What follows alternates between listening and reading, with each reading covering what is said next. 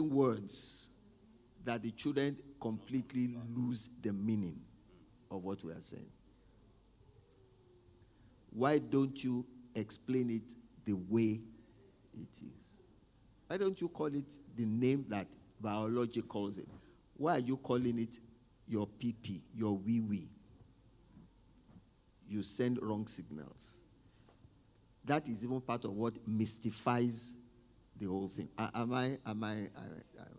So let me come back to her, then I'll come to you. You have to say it now? Okay, Olufumi. Yeah. Then Bola. I've had this, what you just said now, I just didn't want to miss the opportunity about calling it what it is. To a large audience, that slang name is what it is. Okay, correct. And if you call it something else, it's strange to them. So I agree with calling it what it is, but you must recognize your audience. Okay. What is popular in culture? Yes, so that everybody, communication is the other person understanding what you're talking about. Excellent, excellent. I like that. I like that. Thank you, sir. So did you get that? Let it be what they know. So go online and find out what they are calling it now. You understand? What they are calling it now. Whether it is Idibia or Two-Face. Then you can relate with them. You can also relate it to the biology. Somebody said, it was Pastor Uzo who mentioned it. That's how I know it. Okay, I have a slightly different, and that was what I was about to say. For me, I think one of the things we need to do, sex is sex. Let's stop making a big deal out of the word. I mean, I remember when Pastor said to Kemi, sex, I saw everybody's face. That face has to go away when we talk about sex. And we need to let people know sex is to be enjoyed. Let them know the circumstance under which... But hold on. I was told, I read somewhere that it was Satan who taught Eve about sex. So sex is dirty. You see, Pastor, those are the things that we have in our brain that we need to debunk. The moment we can pass this message to the children... That was a forbidden fruit. Thank you. Those are the things that we need to debunk. The moment you can call a child and say, sweetheart, listen, sex is good, it's awesome, but you need to get married and don't play around with it, don't toy. Just, and then number two, I personally believe, I mean, even as adults, when somebody says, oh, somebody has a penis, you'll be like, so. You should, let's call it what it is so that it stops being a big deal. It's not a big deal. That's what it is. It's like your finger. I mean, it's like a woman going to the chemist and she wants to buy sanitary towel, and because men are there, she's ashamed. A lot of us are falling into that category because of the way you be like, oh, somebody's looking at me, I have a family friend who every time we come to Nigeria, he always cracks stupid jokes, call her DBC, and he will get to game and he will look at them and say, give me the biggest condom. He doesn't want to use it, he just wants to embarrass him because of how I know it. And he will go to game, and I'm like, but after being around him, after a while, I said to myself, you're never going to catch me like that again. So as soon as we get there, before he goes, I say, start your question. And I think if you can do that with the children, even their wanting to explore would stop being such a big deal. If you've spoken to your child about what a penis is, what a vagina is, what sex is, if you wait until your wedding night, it will be, let's tell them as is. Let's not, so I've had friends who have told their friends lies. When they said to them, oh, so did you meet your dad a virgin? They start lying. Tell them the mistake you made, correct it, and tell them why. Let's just be truthful. So what is sex? Sex is the fulfillment of your sexual urges. Where did the sexual urges come? From God. Let me put something on the table.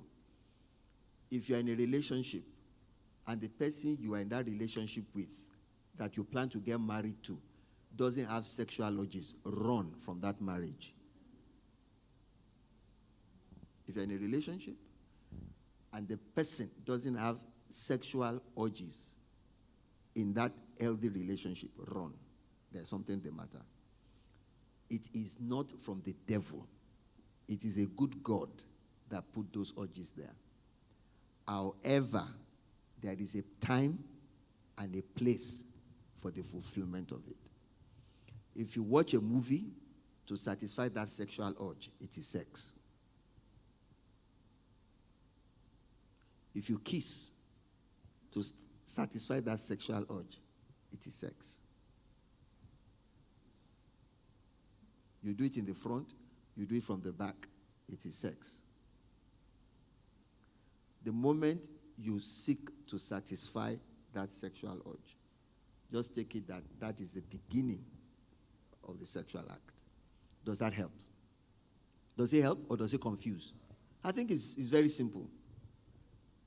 Abi, my people say the food way you no go chop, you no go put on for nose.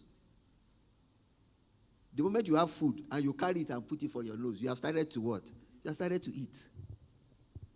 It's not until you finish the bowl and say, second round. No. Okay? Yeah. You wanted to say something? Yeah, well, I think it has been said. It's been said. Okay. It's been said already. Let me move on to you. You wanted to say something? No. I'll just. Yes. No, I changed my mind. Okay. Let me do 20 seconds of it. Once I heard about a professional counselor, a sex counselor, who was from the Christian background, and a couple spoke to the counselor about some challenges they were having in the area of sex. And the counselor did not understand the slang name of some of the issues they were talking about. And the couple, I think they got offended and left. So I was just trying to emphasize the reason why these slang names evolve.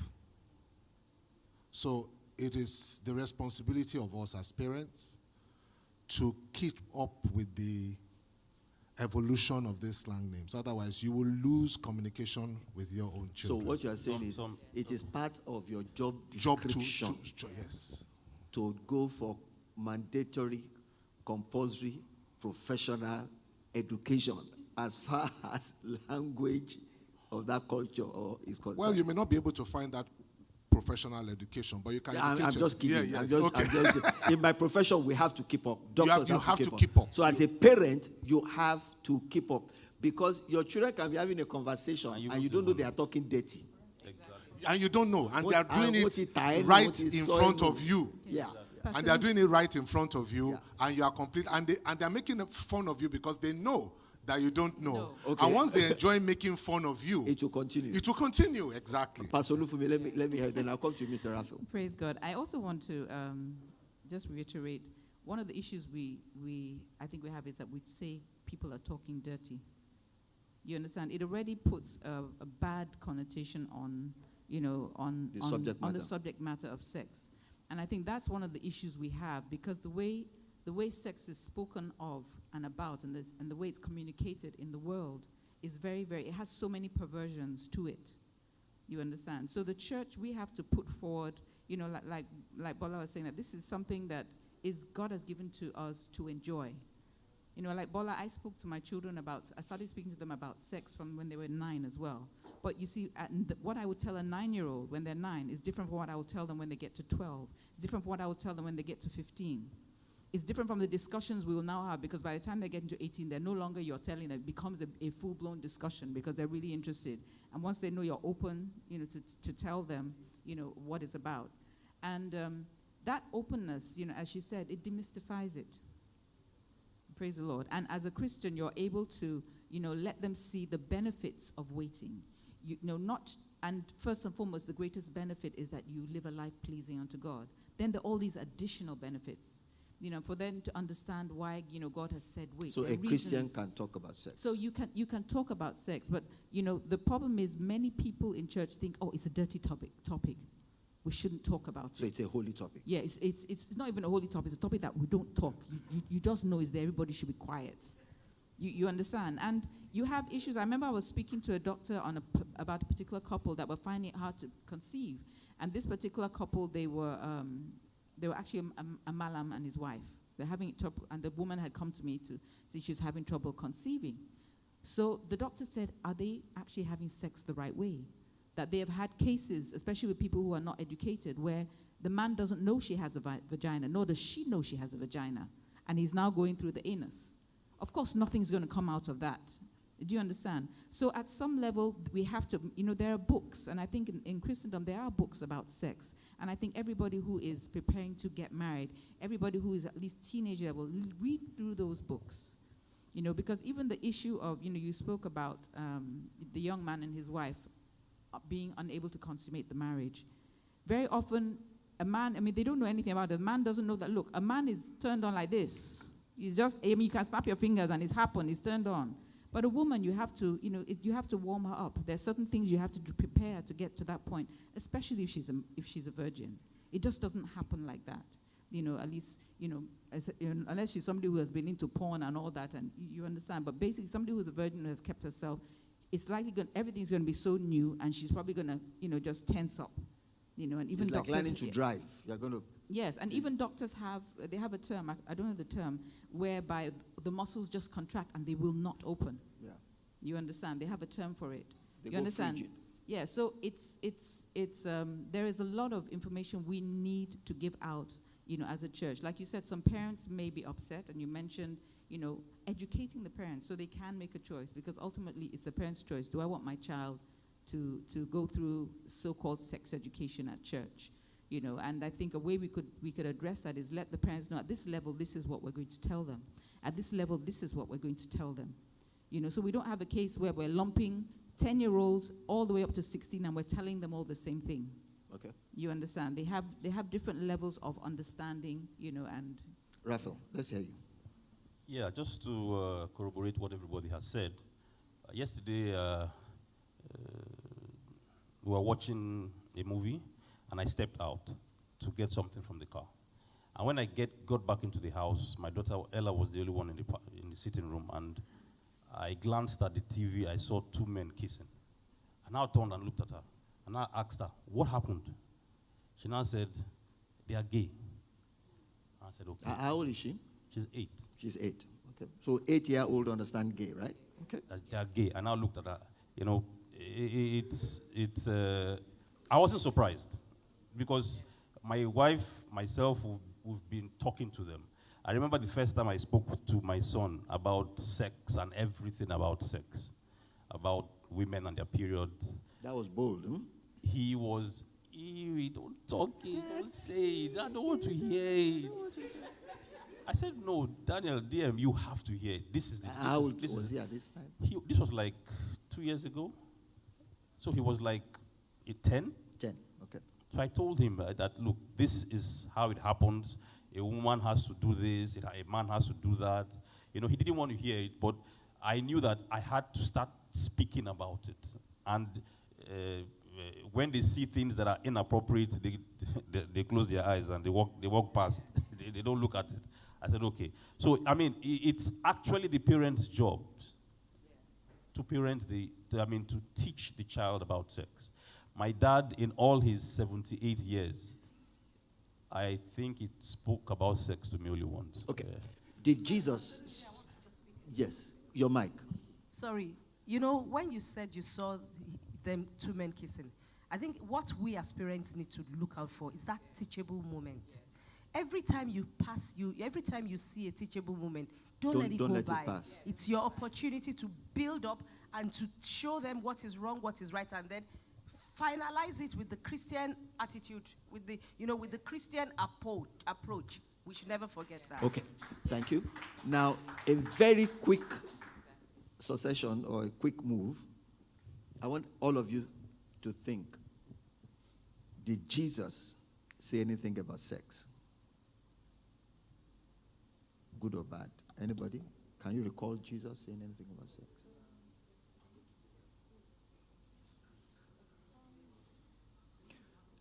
Audience, did Jesus say anything about sex? Yeah, come.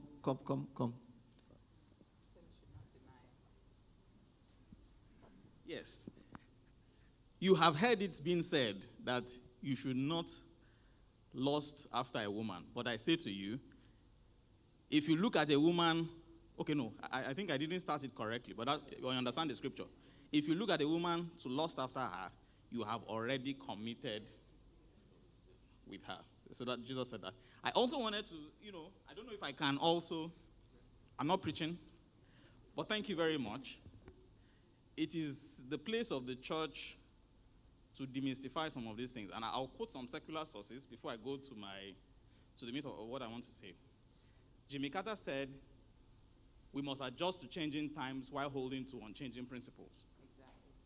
The source of the beginning of this sexualization of the world, if I will use that word, was with a woman called Mary Kant. In the 20s and 30s, she was the one that popularized short skirts and all of that. Mary Kant. When they asked her what the whole thing was about, short dresses and everything, her response was simple: sex. In other words, the whole, parade about people wearing skimpy clothes and all of that was to create an ecosystem that is now being reinforced by, media, the popular press, and so on and so forth. Now, let me bring it back to the Bible.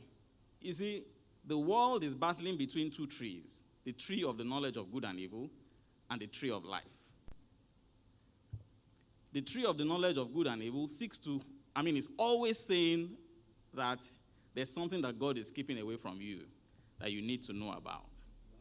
So they spew out corrupt knowledge, tree of the knowledge of good and evil.